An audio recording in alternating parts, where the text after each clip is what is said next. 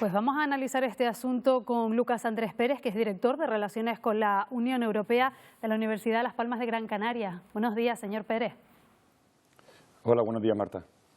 Bueno, en unos años en los que la pandemia ha marcado el paso a muchas de las decisiones que se han tomado en la Unión Europea y en unos meses también en los que hay que fijarse en esa invasión de Rusia sobre Ucrania, a las puertas de Europa, de la Unión, mejor dicho, ¿cuáles diría usted que son los retos que tiene la Unión Europea por delante?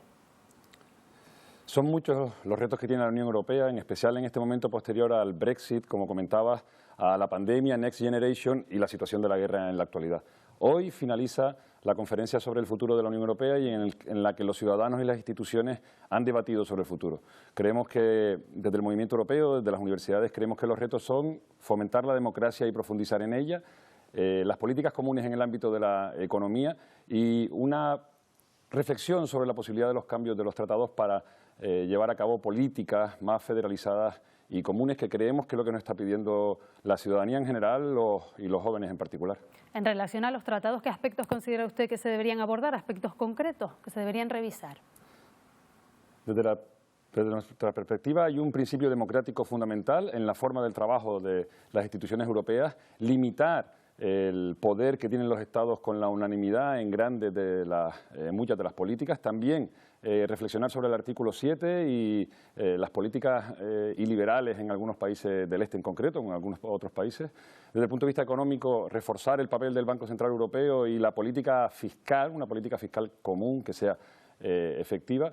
Y desde la perspectiva de las políticas, reflexionar sobre aquellas políticas que es necesario comunitarizar. Hemos visto ya no solamente la sanidad, que es algo evidente, pero también la defensa, ahora con la situación de Ucrania, y otras políticas que también tenemos que reflexionar sobre si es mejor que tomemos las decisiones de forma conjunta, como hemos visto para la salida de estas crisis. Como decía Schuman, estas grandes crisis provocan decisiones en relación a su importancia, y si todo esto hace necesario o no la reforma de los tratados.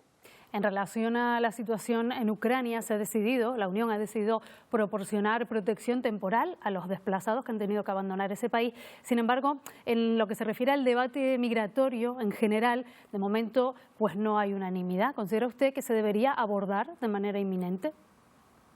Sí, el Pacto de Migraciones y Asilo se está negociando. Solamente han salido los dos primeros reglamentos, el reglamento de la tarjeta azul y el reglamento de Frontex, pero es verdad que los otros 5 reglamentos se negocian y sobre todo hay 2 que interesan mucho a España, que interesan sobre todo a Canarias. El reglamento de procedimiento, que fomentará, esperemos, esa responsabilidad compartida entre todos los Estados, y el reglamento de crisis y situaciones urgentes, que intentará dar respuesta a esas situaciones que hemos vivido en la frontera.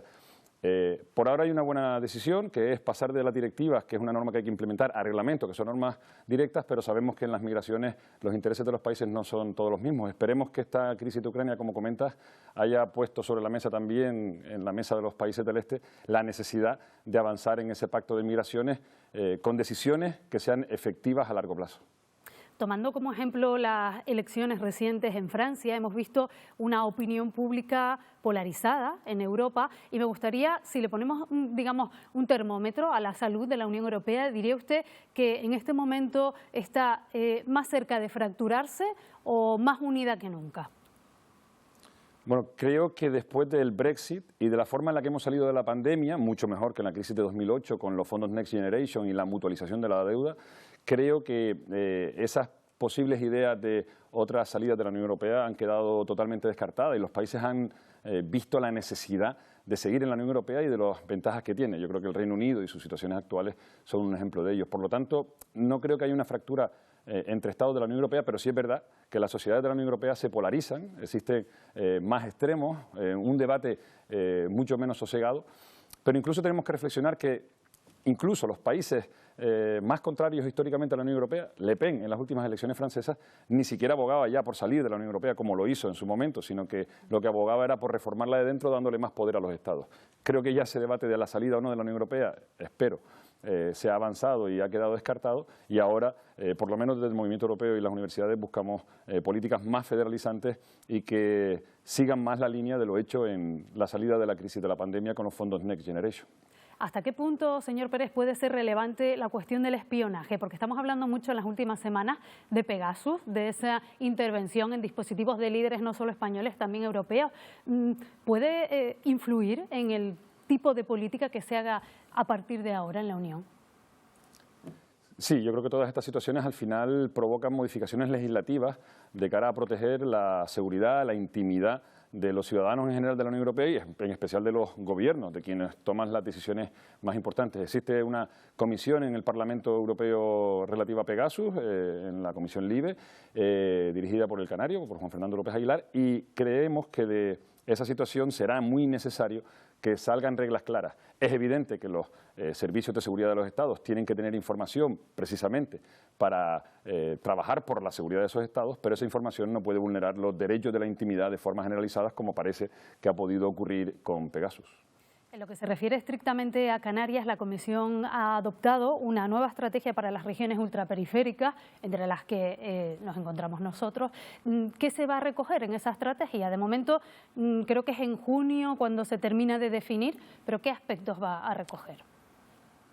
Sí, la estrategia lleva ya un año largo de consultas a las sociedades de las RUP. Nosotros hemos participado en general activamente en ella y hay dos líneas fundamentales que creo que se deben destacar, que como comentas en junio se van a plasmar en la práctica, pero que después hay que aplicar en todo el periodo presupuestario 2021-2027.